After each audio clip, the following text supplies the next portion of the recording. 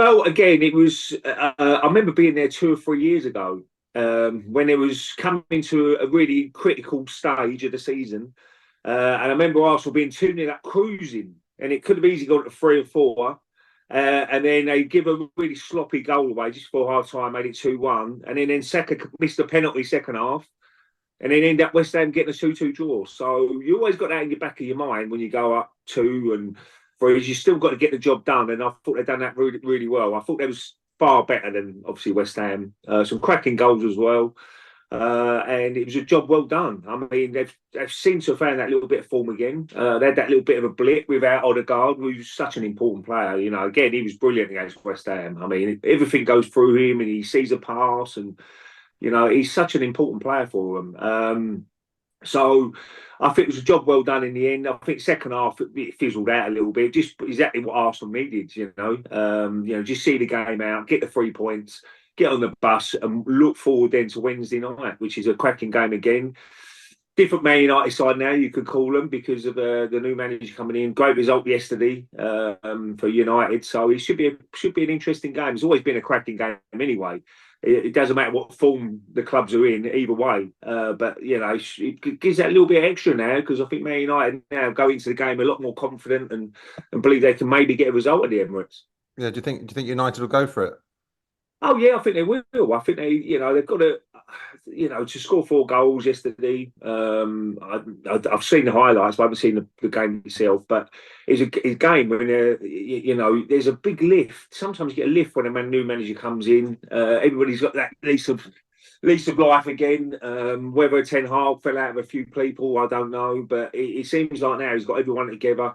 He spoke well. It's a big decision, a big club to manage, but he seems to have started well. And he'll be going to the Emirates, but he's coming against an Arsenal team now. He's pretty confident and believe that they can keep kicking on and getting the results. Yeah, I mean, the way Liverpool, even if they don't play to their best, just keep winning. Arsenal can't afford. This is one of Arsenal's biggest matches Yeah, in yeah, the absolutely. December period. Liverpool, unbelievable. I mean, the stats yesterday against City was ridiculous. I mean, I don't think they had a shot, did they, Man City? I mean, it was one-way traffic, really. And I thought they might nick a draw there, Man City, but I got that totally wrong. And Liverpool just keep grinding out. Another club no one really talked about. Look, it was big news that Jurgen Klopp left in the summer, but you never know how a manager's going to slot in. The old pun there. He's slotted in so well as a manager, and it's just not really changed too much. He's changed a little bit, but he's got a good squad of players, and he just seems to have gotten really firing now. And I mean, they look unstoppable at the moment. I thought Southampton might nick something last week when they went 2-1 up. Even a draw would be a disappointing result for Liverpool, but they seem to always find a way to get a result, and that's a sign of a championship side who can win Yeah. the championship when you can do that. We've done that plenty of times when I played. You've been in title races, sort of leading and chasing. What's it like, for Arsenal, say, going into Wednesday's game, knowing that they've almost sort of had their blip and they can't afford to probably lose another game? Yeah, I think you just go into it saying, look, it's another game. I don't think you can think about the title now. I mean, all you got to do is try and stay in the hunt until, say, March time, March, April, when it really steps up then. The last 7, 8 games of the season, you've got to be in the hunt. You've got to be having an opportunity or a chance to maybe win that title. Then you've got to go on a good run. And I think we was trailing 12 points, weren't we, 98 against United. And I think we had a couple of games in hand, but you still got to get the points on the board. And we managed to win 10 in a row. And that probably got us over the line in the end. So that's what sort of runs you got to go on if you're going to win the title. Because, Liverpool, how many points are they going to drop? And look, City is still in it, but I don't know what's happened down at Man City. It's amazing to see what the wheels have certainly come off big time. So whether they're going to really turn it around, I don't know. But he needs to do something, Guardiola, because it's been a nightmare nightmare month for him, isn't it? Losing 5 or 6 games. Yeah. But yeah, I mean, going into this game against United, you just got to stay focused. I'm sure they've got a game plan. They're going to go out and try and get at Manchester United. But United, they're going into the game as well with a lot of confidence, and they've got a bit of pace up front with Rashford and people like that. So they just got to be wary of that. But I think Arsenal, they can play like the best they can, like they did against West Ham and Sporting. I think they can certainly beat up Manchester United being at home. Yeah, it's still got a big ring to it, hasn't it? Arsenal United. Oh, I always will be because you can go back to before I started playing '89 when they had that big brawl on the pitch, and Sir Alex Ferguson knew that Arsene Wenger could be a problem for him with the squad he was putting together. That was from '96 onwards, and then it was a real battle then for quite a few years until probably Jose Mourinho comes into Chelsea, and then and Sir Alex Ferguson's probably looking at it and saying, "Well, he's our problem now because Chelsea are buying all the players and really, really." And that's when they had a little bit of mind games as well. So it's always a cracking fixture. Manchester United, if not, are the biggest club in the world still. The support around the world is massive. Everybody wants to watch Arsenal, Man United, especially in my era, because of the rivalry between both clubs. And I think it's continued on from that. So one day Man United will be back. It does go around in circles, and they will be back challenging for that title, I'm sure. But this is a big game for both sides. If United can get a result, suddenly they'll be looking at that top four, and can they get a run going there under the new manager? And there'll be a belief and confidence in the players.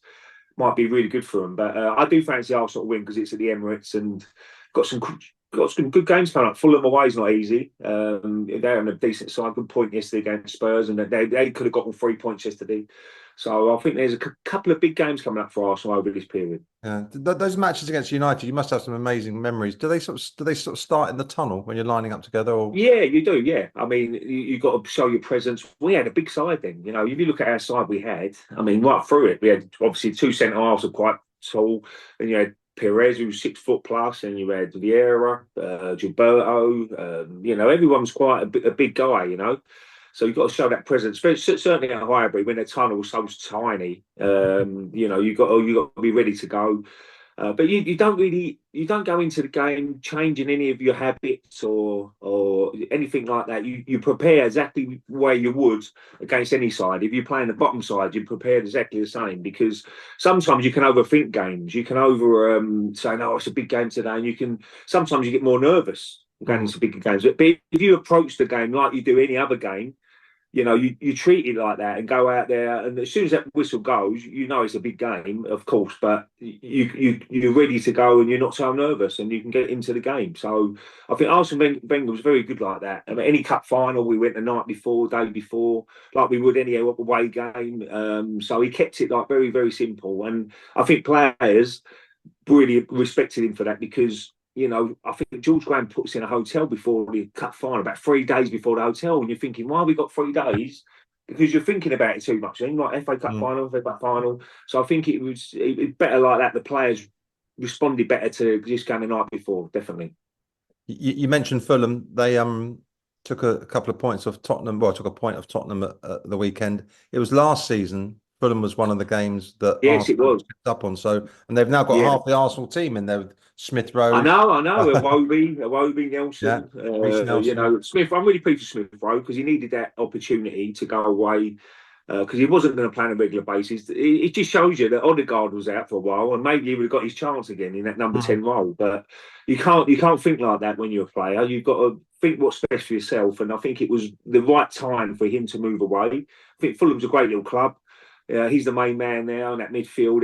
A lot of things go through him now, and he was probably going to sit on the bench probably after the season at Arsenal. So I think it was the right decision for both parties. Where you don't like to see a player who come through the ranks, and he's a good lad and a good player, but it was time for him to go because he needs to go and prove himself. 24 years old now.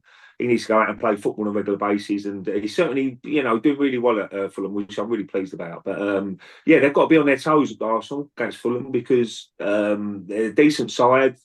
They go through the lines. I think he's done a really good job, Marco Silva. They had that little bit of a blip against Wolves when they lost 4-1, which didn't see that. But they got it back to winning ways, and a good point yesterday. I thought it would be a tricky game for Spurs, but I did fancy Spurs to get all 3 points there, if I'm being honest. What difference would it make to sort of Fulham having so many sort of recently former Arsenal players, not just in terms of what they know about Arsenal, but the sort of motivation that they want to show that they're that they could have made the grade or done? Certainly that's what you got to do. I mean, I remember playing for Middlesbrough, and we went back to Highbury, and there was on that unbeaten run. And I remember we're being 3-1 up. I'm like, oh no, I'm going to be in a side that beats Arsenal's record, which ain't going to be too good. we end up losing 5-3, but I don't know what happened at the end. But we lost 5-3 in the end. But it's a situation where you want to prove people wrong, and that's what they want to do to Mikel Arteta. So I'm sure Nelson, Smith Rowe will be right up for the game. Look, they know they've got a lot of friends in that camp as well. You know, they had a lot of mates in Arsenal. You know, people like Saka they grew up with, and you know they come through the ranks and whatever. But they still want to go and prove you wrong and put it in. And they want to have a good season for Fulham. You know, Fulham are a decent position at the moment in the league. They want to try and get in that top half, top 8 maybe, which will be a fantastic season for them. And, you know, they've got a great new stand there now at Fulham, haven't they? And it's a great little setup down there. So I really hope they do well, but obviously not next weekend against Arsenal.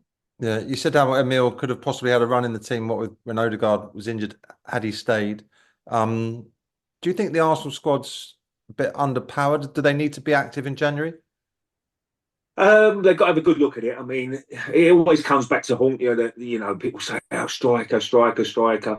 But it's great to see 5 different players score twice in a row now, haven't they? I mean, there's 5 different players at West Ham, 5 different players at Sporting, which is great. But you still need that goal scorer, you know, that Ian Wright we used to have, and Thierry. I said, if you put Thierry in that team now, they'll win the league all day long. I mean, so that's how important a striker is for you. Whether they look at that position, it was a little bit worrying Odegaard being out, and the form how the team dipped, where they got very, very similar players in there when they had the 3 Marino, Declan Rice and Partey. There was very, very similar sort of players. So that was a little bit of a problem. So whether they look at that midfielder like an Odegaard, which is very, very difficult to find and very expensive to buy, if you're gonna buy one like that, we'll have to wait and see. But yeah, I mean they might look at that. I mean, when everybody's fit, they've had so many injuries though. That's been the big problem. A lot of clubs are going through a similar situation. Whether it's too many games, whether the pitches are much more firmer now, I don't know. But I didn't see as many injuries when I played, certainly. And people can't say it's quicker or it was more physical when I played. So, you know, I don't understand all the injuries, and how they looked after now is amazing. So that's a bit of a problem for most clubs, though. I know they're probably all putting their scratching their head saying, why are we getting too many injuries? But it's quite, you know, we know it's very intense and tough, but that's what I can't work out. Liverpool had quite a quiet summer in the just last one. Liverpool had quite a quiet summer. Do you think they need to be busy in January if they're going to maintain this title challenge? Yeah, look, again, I'm sure people want the recruitment is so important in any sort of whatever league you're in, or if you get the right recruitment in Championship, you can get promoted, and Premier League's about exactly the same. So I'm sure Liverpool are looking at their situation that they've done so well up to January, whether they need that little bit of another little injection of players, 1 or 2 to come in, and sometimes it freshens it up and gets people on their toes a little bit more. We'll have to wait and see, but certainly they're enjoying their run at the moment, Liverpool. And the most people say, well, why would you want to bring anyone else in when they've got a squad of players? But it's a couple of injuries. You get a key couple of injuries at certain areas of the pitch. We know Mo Salah is such an important player. If he was out for 6 to 8 weeks, then they'd see the goals drop down probably. So, it's just want to try and keep your players fit. And if you can do that, then I'm sure Liverpool will be there and thereabouts, and a massive favourites at the moment to win the league, because they don't look like they're stopping.